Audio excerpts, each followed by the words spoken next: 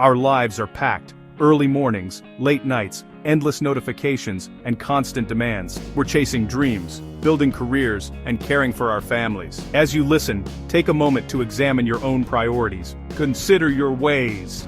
But in the middle of all this, a quiet question surfaces. Have we unintentionally put God last? It's not deliberate. Life just gets in the way. We want to honor God, but the urgent always seems to crowd out the important. Another week passes, and our spiritual life is on the back burner. We're not ignoring God, we're just trying to keep up.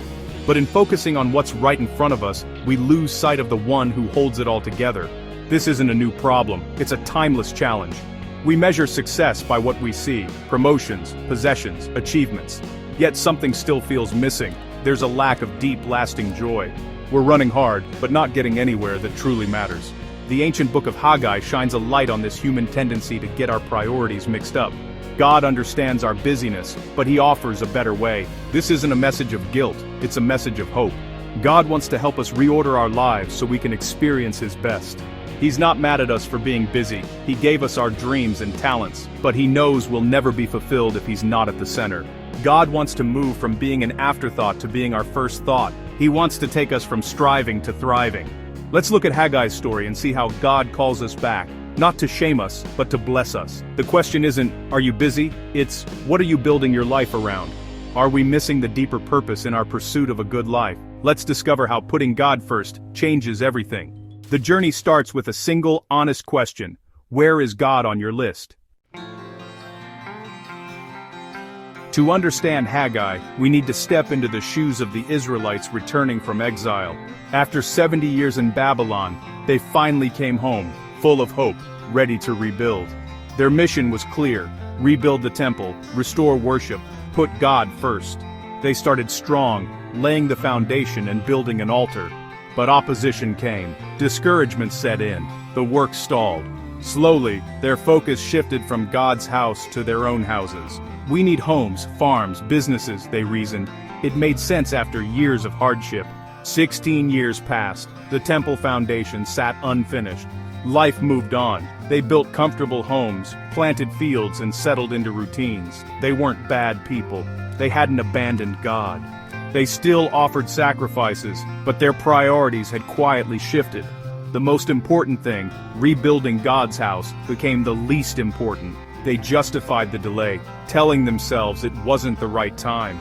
Comfort and personal agendas took precedence over God's agenda. They didn't even realize it was happening. The unfinished temple became a symbol of misplaced priorities. An entire generation grew up seeing God's house neglected. The Israelites' story is a mirror for us: how easy it is to let good things crowd out the best thing. We settle for comfort and routine, forgetting our original purpose. God's call through Haggai is a wake-up call to realign our hearts. Are we building our own kingdoms while God's work sits unfinished? The Israelites' journey home was meant to be a new beginning. But new beginnings require more than good intentions. They require follow-through. What unfinished foundations are we living with today? The story of Haggai invites us to notice what we've left undone, and to ask, what will we do about it? God's house was neglected.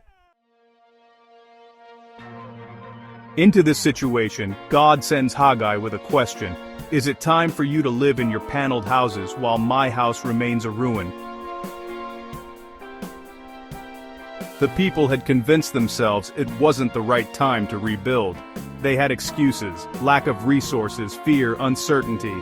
But they found time and resources for their own comfort. God's question wasn't harsh, it was a mirror. You say it's not time for my house, but you've made time for yours. The word paneled suggests luxury. They weren't just surviving, they were thriving in their own pursuits. Meanwhile, God's house was neglected. We do the same. I'll serve God when life slows down. I'll give when I have more. But the future never arrives. God's question exposes our real priorities. Our actions reveal what matters most. We invest in our own comfort, but neglect what's eternal. God isn't condemning. He's inviting us to see clearly. Are we building our lives around ourselves or around Him? The unfinished temple was a wake-up call. God's gentle question still echoes: what are you putting first? It's time to stop making excuses and start making changes. The right time to put God first is always now. What will you do with God's question? Pause for a moment. What has God been asking you to rebuild? The Israelites weren't in open rebellion, they were simply distracted. Their problem wasn't defiance, but delay. Good things, homes, families, work, took the place of the best thing, putting God first. Spiritual apathy crept in, disguised as busyness. You can love God and still have your priorities out of order. Haggai's message isn't for the rebellious, but for the well-intentioned who let life get in the way. Seasons of delay can become a permanent way of living. We get comfortable and forget our calling. God's message is gracious. Remember your passion, realign your life. He calls us back, not to condemn, but to restore. Don't let comfort cause you to forget your purpose. This is a call to renewal, not guilt. Let's return to what matters most. God asks the people to look at the results of their choices. You plant much, but harvest little. You eat, but never have enough. You earn wages, but it's like putting them in a purse with holes. It's a vivid picture, constant effort, little satisfaction. They worked hard, but fulfillment eluded them. Does this sound familiar? We chase success, fill our lives with activity, but still feel empty. More things, more busyness, but less joy. This is the purse with holes, trying to fill our lives with what can't satisfy.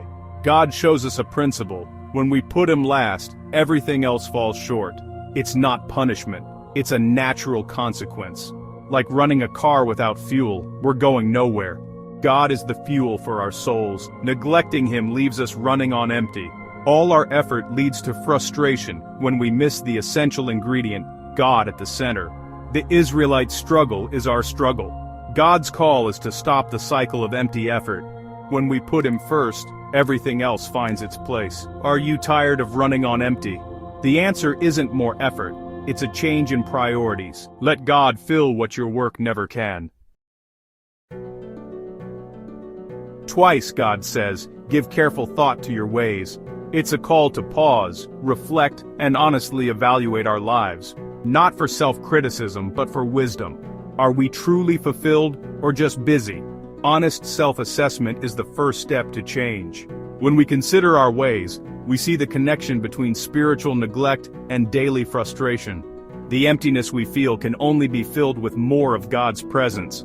This moment of clarity is a gift, a chance to start fresh. God's tone in Haggai isn't angry, it's loving. He's a father, not a boss. He wants to realign us, not shame us. Like a parent helping a frustrated child, God says, let's build this together.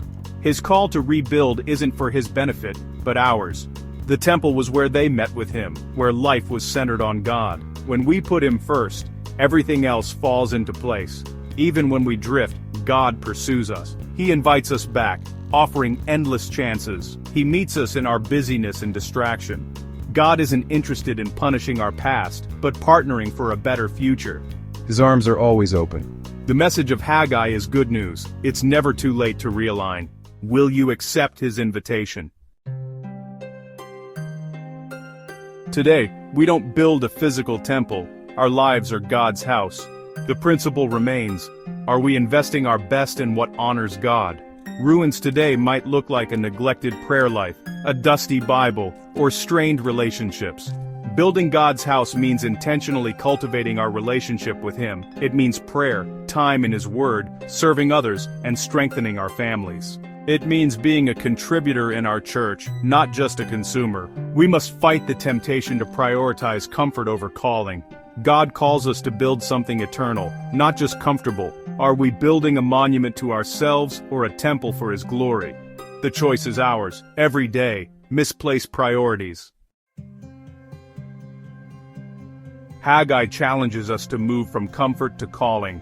The Israelites settled for comfort and missed their purpose. A comfortable life avoids risk. A called life obeys God, even when it's hard. God saved us for a purpose, not just for comfort. When we focus on our own worlds, we lose sight of our calling. The deepest satisfaction comes from fulfilling God's purpose, not from ease. It's never too late to shift your focus. God told the Israelites, now is the time. Build my house. And now is can endure abundance. No matter how long you've been distracted, today can be a new beginning. Move from comfort to calling. Make God's will your priority. Say yes to building what matters most. Your purpose starts now. If this message spoke to you, stay with us as we continue studying God's Word together. Haggai's story ends with hope. The people listened and acted. God stirred their spirits, and they began rebuilding. As soon as they put God first, he said, I am with you. From this day on, I will bless you. The blessing began the moment they changed their priorities. The same promise is for us. When we put God first, everything changes. Frustration lifts, emptiness fades, and purpose returns. God makes our business His business. He brings order, peace, and favor we could never achieve alone. Take time today to consider your ways. Where are your best resources going? This isn't condemnation, it's an invitation to fullness. God is calling you back to your first love. Start small. Pray. Open your Bible. Serve. Give. As you take steps of faith, God will meet you. You are a temple builder. It's time to stop delaying and start building. When you put God first, He'll bless you beyond what you can imagine. Take this message into prayer. God calls us to rebuild.